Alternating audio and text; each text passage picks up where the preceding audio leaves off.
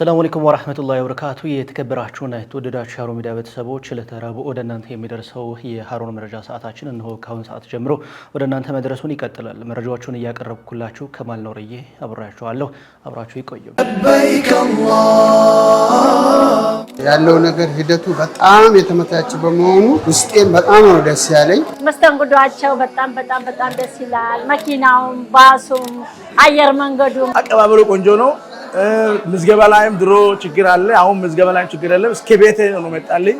የኢትዮጵያ እስልምና ጉዳዮች ጠቅላይ ምክር ቤት እንኳን ለ1447ኛ ዓመት ሂጅራ ሐጅ በሰላም አደረሳችሁ ይላል። ጠቅላይ ምክር ቤቱ ዘንድሮም የሐጅ አገልግሎት እንግልት አልባ ፈጣንና ተደራሽ እንዲሆን የትራንስፖርት፣ የምግብ፣ የማረፊያ ቦታ እንዲሁም ሌሎች አገልግሎቶችን ደረጃውን በጠበቀ መልኩ መስጠት ከሚችሉ ተቋማት ጋር በመፈራረም የምዝገባ ማዕከላትን በቴክኖሎጂ በማደራጀት ሙሉ ዝግጅቱን አጠናቀው ምዝገባ ጀምረዋል። ልብ ይበሉ፣ የምዝገባ የጊዜ ገደቡ የሚጠናቀቀው የረመዳን ወር ከመግባቱ ቀድሞ ጥር 18 2018 ነው። ንያ ያላችሁ ኢትዮጵያውያን ሙስሊሞች በምዝገባ ማዕከላት በመገኘት እንድትመዘገቡ በድጋሜ ጥሪውን ያቀርባል የኢትዮጵያ እስልምና ጉዳዮች ጠቅላይ ምክር ቤት።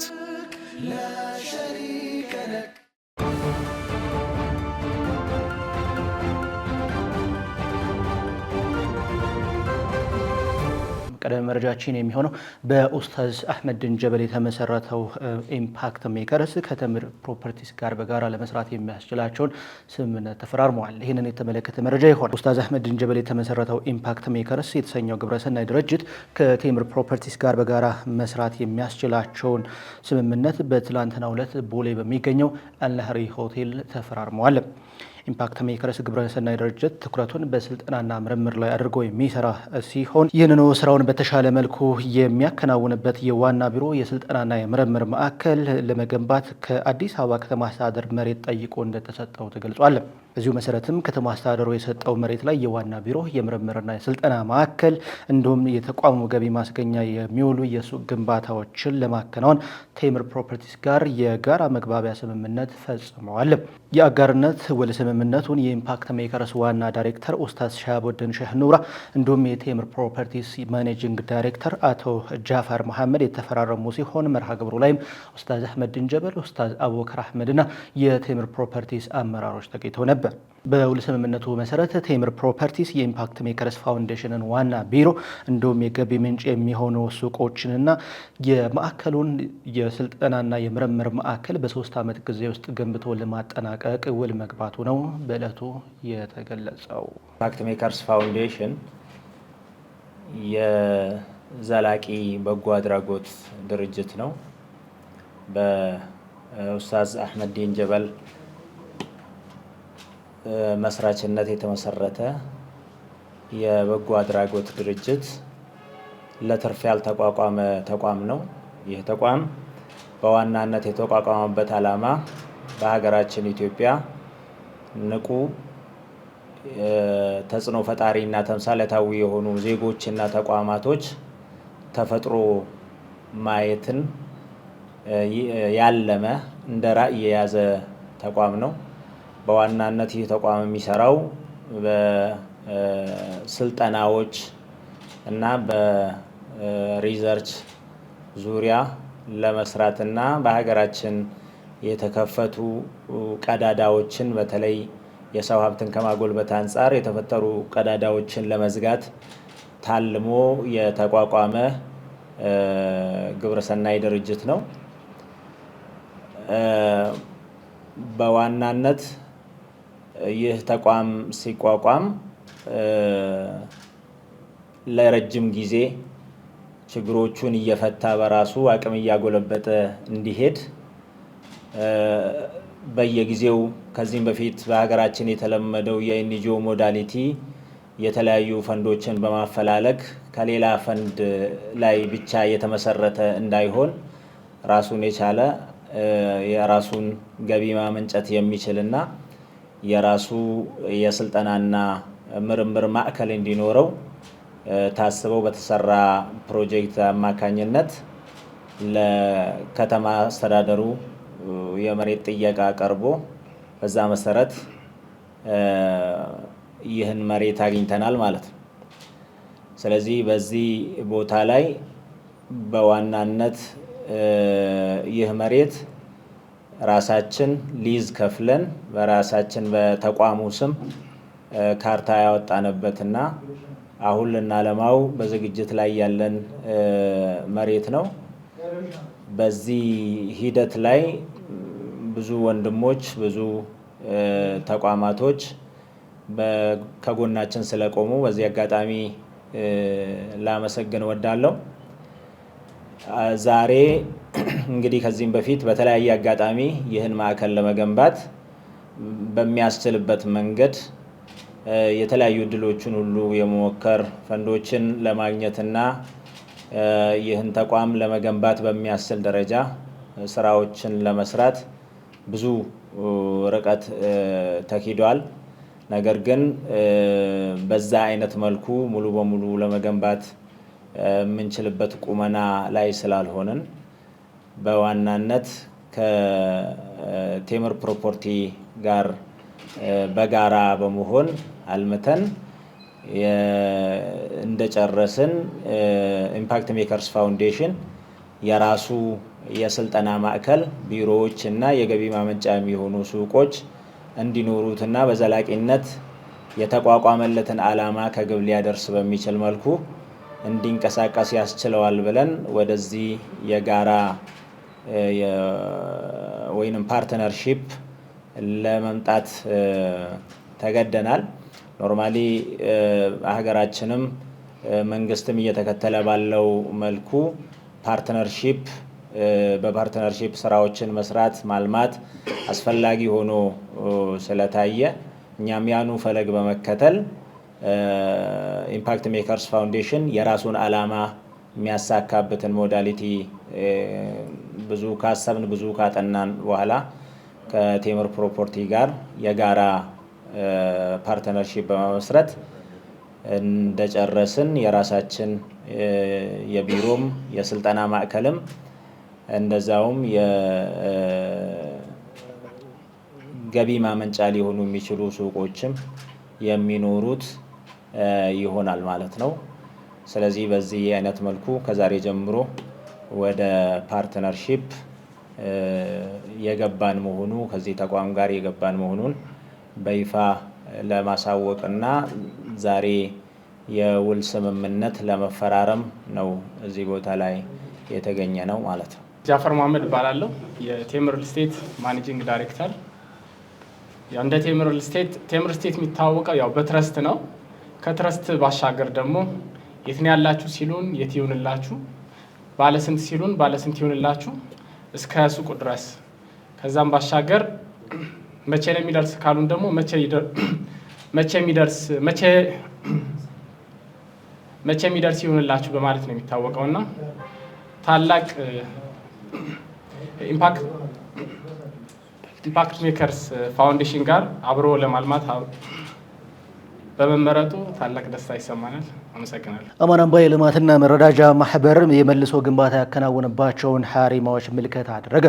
ዑለማዎችን በመደገፍና ሀሪማዎችን በማጠናከር ላይ ትኩረት አድርጎ የሚሰራው አማን አምባ የልማትና መረዳጃ ማህበር በወሎ የተለያዩ አካባቢዎች ሀሪማዎች መልሶ ግንባታ ያከናወነባቸውን ቦታዎች ወቅታዊ ቁመና አስመልክቶ የመስክ ምልከታ አድርጓል። ልማት ማህበሩ በተለይም ቂራአት የተቋረጠባቸው ሀሪማዎችን መልሶ በመገንባት ቂራአት እንዲጀምሩ በማድረግ ያረጁና የተጎዱ ሀሪማዎችን በመጠገን እንዲሁም የመሻይኮችን መኖሪያ ቤቶች በመገንባት ላይ ትኩረት አድርጎ ይሰራል።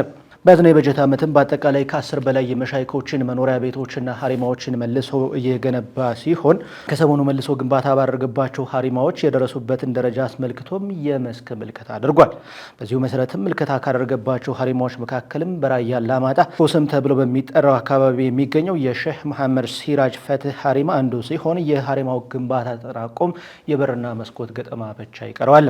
የፈትህ ሀሪማ በመገንባቱም በፀሐይና በዝናብ ሜዳ ላይ ቂርአት ይቀሩ የነበሩ ደረሶች አሁን ላይ እፎይታ ማግኘታቸውንም ለሀሩን ሚዲያ ገልጸዋል። ሌላኛው በራያ መሆኔ የሚገኘው የሼህ ሀቢቦ ሀሪማ ሲሆን ይህም ሀሪማ ግንባታው ተጠናቆ በተመሳሳይ የበርና የመስኮት ገጠማ ብቻ ይቀረዋል።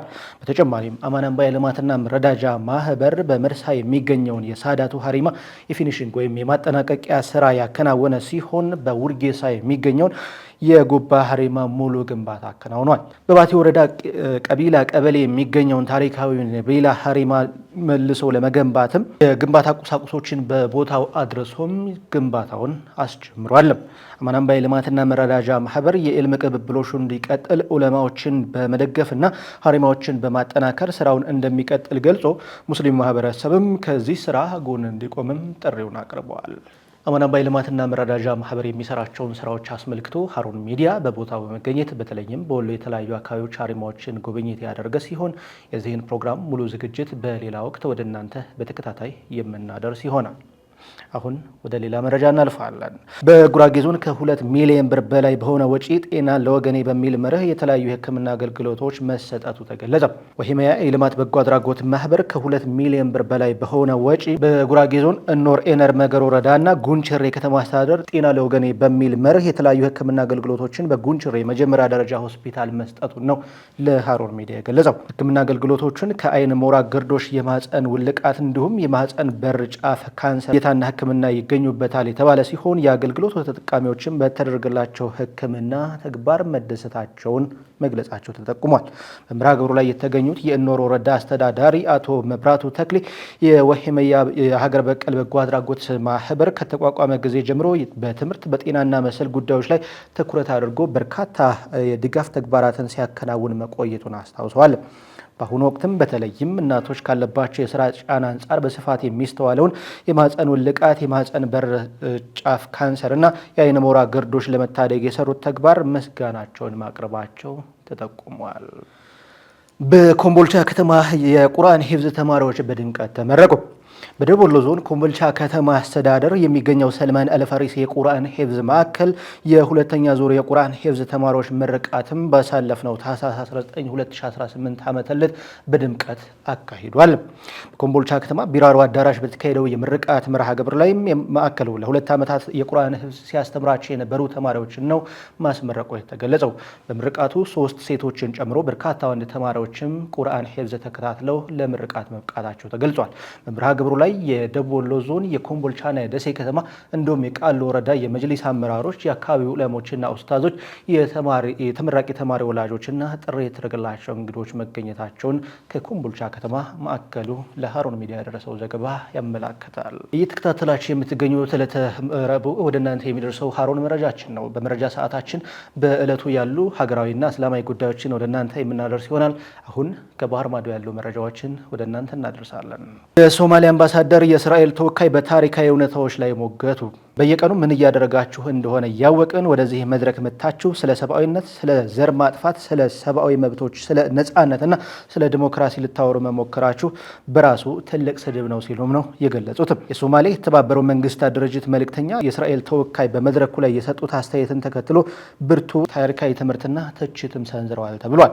አምባሳደሩ እስራኤል በጋዛ እያደረገች ያለውን ድርጊት በማውገዝ የሚከተለውን መልእክትም አስተላልፈዋል። በመልእክታቸውም በየቀኑ ምን እያደረጋችሁ እንደሆነ እያወቅን ወደዚህ መድረክ መጥታችሁ ስለ ሰብአዊነት፣ ስለ ዘር ማጥፋት፣ ስለ ሰብአዊ መብቶችና ስለ ነጻነትና ስለ ዲሞክራሲ ልታስተምሩን መሞከራችሁ በራሱ ትልቅ ስድብ ነው ሲሉም ተናግረዋል። ሳውዲ አረቢያና የተባበሩት አረብ ኤምሬት መካከል ውጥረት መንገሱ ተገለጸ። የመን በበኩሏ የአስቸኳይ ጊዜ አዋጅ አውጃለች ተብሏል። የሳውዲ አረቢያ ውጭ ጉዳይ ሚኒስቴር በተባበሩት አረብ ኤምሬትስ በየመን በኩል እያደረገች ባለው እንቅስቃሴ ጠንካራ ማስጠንቀቂያ ሰጥተዋል ነው የተባለው። በተያያዘም የየመኑ ፕሬዝዳንታዊ ምክር ቤት አቡ ዳቢ ከየመን ግዛት ወታደሮቿን በአስቸኳይ እንድታስወጣም አዟለም ተብሏል። ሳውዲ አረቢያ አቡ ዳቢ በደቡብ የመን ሽግግር ምክር ቤት ኃይሎች ላይ የምታደርገውን ጫና በተመለከተ ያላትን ስጋት መግለጿ የተነገረ ሲሆን በተለይም እነዚህ ኃይሎች በሳውዲ ደቡባዊ አቅራቢያ ወታደራዊ እንቅስቃሴ እንዳያደርጉ መገፋፋታቸው የሳውዲ ብሔራዊ ደህንነት አደጋ ላይ የሚጥል መሆኑን ሪያድ አስታውቃለችም። ሳውዲ ይህንን አስመልክቶም ኢማራት ለማንኛውም አካል የምታደርገውን ወታደራዊና ፋይናንሳዊ ድጋፍ በአስቸኳይ እንድታቆምም ነው የጠየቀችው። የየመን ፕሬዝዳንታዊ አመራር ምክር ቤት ሰብሳቢ ረሻድ አሌሚ የመን ከተባበሩት አረብ ኤሚሬትስ ጋር የነበራትን የጋራ የመከላከያ ስምምነት ውሳኔ የተላለፈው አቡ ዳቢ የየመን ግዛት ውስጥ ያልተፈቀደ ወታደራዊ እንቅስቃሴ ማድረጓ በመረጋገጡ እንደሆነም ገልጿል። የየመን መንግስት ከትላንት ጀምሮም በ90 ቀናት ውስጥ የሚቆይ የሀገር አቀፍ የአስቸኳይ ጊዜ አዋጅ አውጇል የተባለ ሲሆን በተጨማሪም በሚቀጥሉት 72 ሰዓታት ውስጥ በሁሉም የየመን የአየርና የብስ ድንበሮች እንዲሁም ወደቦች ላይ ጥብቅ እንቅስቃሴ እገዳ መጣሉም ተገልጿል። የየመን መንግስትም ሁሉም የተባበሩት አረብ ኤምሬትስ ኃይሎች በ24 ሰዓት ውስጥ ከየመን ግዛት ለቀው እንዲወጡ ትዕዛዝ አስተላልፏል የተባለ ሲሆን ይህ እርምጃም በቀጠናው ሁለቱ የባህር ሰላጤው ሀገራት ሳውዲና ኢማራት መካከል የነበረውን ውጥረት ወደ ከፍተኛ ፍጥጫ ቀይሮታል ተብሏል። ይህ በእንዲህ እንዳለ የተባበሩት አረብ ኤምሬትስ በየመን የነበራትን ተልዕኮ በፈቃደኝነት ማቆሟን ነው ያስታወቀችው። የተባበሩት አረብ ኤምሬትስ የመከላከያ ሚኒስቴር በየመን ግዛት ውስጥ ሲንቀሳቀሱ የነበሩ የጦር ክፍሎችን ተልዕኳቸውን ማጠናቀቃቸውና በፈቃደኝነት ለቀው መውጣታቸውን በይፋ አስታውቃለች። አቡዳቢ መከላከያ ሚኒስቴር እንዳለው ከሆነም በየመን ውስጥ የነበሩት የጸረ ሽብር ግብረ ኃይሎች የተሰጣቸውን ተልዕኮ በስኬት አጠናቀዋል ብሏል። በዚሁ መሰረትም ኃይሎቹ ከየመን ግዛት እንዲወጡ የተወሰነው በሀገሪቱ ፍላጎትና በፈቃደኝነት መሆኑን ገልጿል። ይህ መግለጫ የወጣው የየመኑ ፕሬዝዳንታዊ ምክር ቤት የተባበሩት አረብ ኤምሬትስ በ24 ሰዓት ውስጥ ለቀው እንዲወጡ ካዘዝና ከሳውዲ አረቢያ አቡዳቢ ጠንካራ ማስጠንቀቂያ ከሰጠች ከሰዓታት በኋላ መሆኑም ተገልጿል። ይህ የኤምሬትስ የፈቃደኝነት መግለጫ ዲፕሎማሲያዊ ጫና የመጣ ሊሆን እንደሚችልም ተገምቷል። የየመን መንግስት የኤምሬትስ ወታደራዊ እንቅስቃሴ ብሔራዊ ሉዓላዊነትን እንደመጣ ሲቆጥር የቆየ ሲሆን በትላንትናው ዕለት የጋራ ስምምነቱን መሰረት የአስቸኳይ ጊዜ አዋጅ ማወጁ የሚታወስ ነው። አብራችሁን ስለነበራችሁ ስለተከታተላችሁን ምስጋናችንን እያቀረብን የዕለቱ መረጃችን ይህንን ይመስል ነበር። ያላችሁበት የዓለም ዳርቻ ሰላም ከእናንተ ጋር ይሁን። ወሰላሙ አለይኩም ወራህመቱላሂ ወበረካቱ። ያለው ነገር ሂደቱ በጣም የተመቻቸ በመሆኑ ውስጤን በጣም ነው ደስ ያለኝ። መስተንግዷቸው በጣም ደስ ይላል። መኪናውም፣ ባሱም፣ አየር መንገዱም አቀባበሉ ቆንጆ ነው። ምዝገባ ላይም ድሮ ችግር አለ፣ አሁን ምዝገባ ላይም ችግር የለም። እስከ ቤቴ ነው መጣልኝ። የኢትዮጵያ እስልምና ጉዳዮች ጠቅላይ ምክር ቤት እንኳን ለ1447ኛው ዓመት ሂጅራ ሐጅ በሰላም አደረሳችሁ ይላል። ጠቅላይ ምክር ቤቱ ዘንድሮም የሐጅ አገልግሎት እንግልት አልባ ፈጣንና ተደራሽ እንዲሆን የትራንስፖርት፣ የምግብ፣ የማረፊያ ቦታ እንዲሁም ሌሎች አገልግሎቶችን ደረጃውን በጠበቀ መልኩ መስጠት ከሚችሉ ተቋማት ጋር በመፈራረም የምዝገባ ማዕከላትን በቴክኖሎጂ በማደራጀት ሙሉ ዝግጅቱን አጠናቀው ምዝገባ ጀምረዋል። ልብ ይበሉ፣ የምዝገባ የጊዜ ገደቡ የሚጠናቀቀው የረመዳን ወር ከመግባቱ ቀድሞ ጥር 18 2018 ነው። ንያ ያላችሁ ኢትዮጵያውያን ሙስሊሞች የምዝገባ ማዕከላት በመገኘት እንድትመዘገቡ በድጋሜ ጥሪውን ያቀርባል። የኢትዮጵያ እስልምና ጉዳዮች ጠቅላይ ምክር ቤት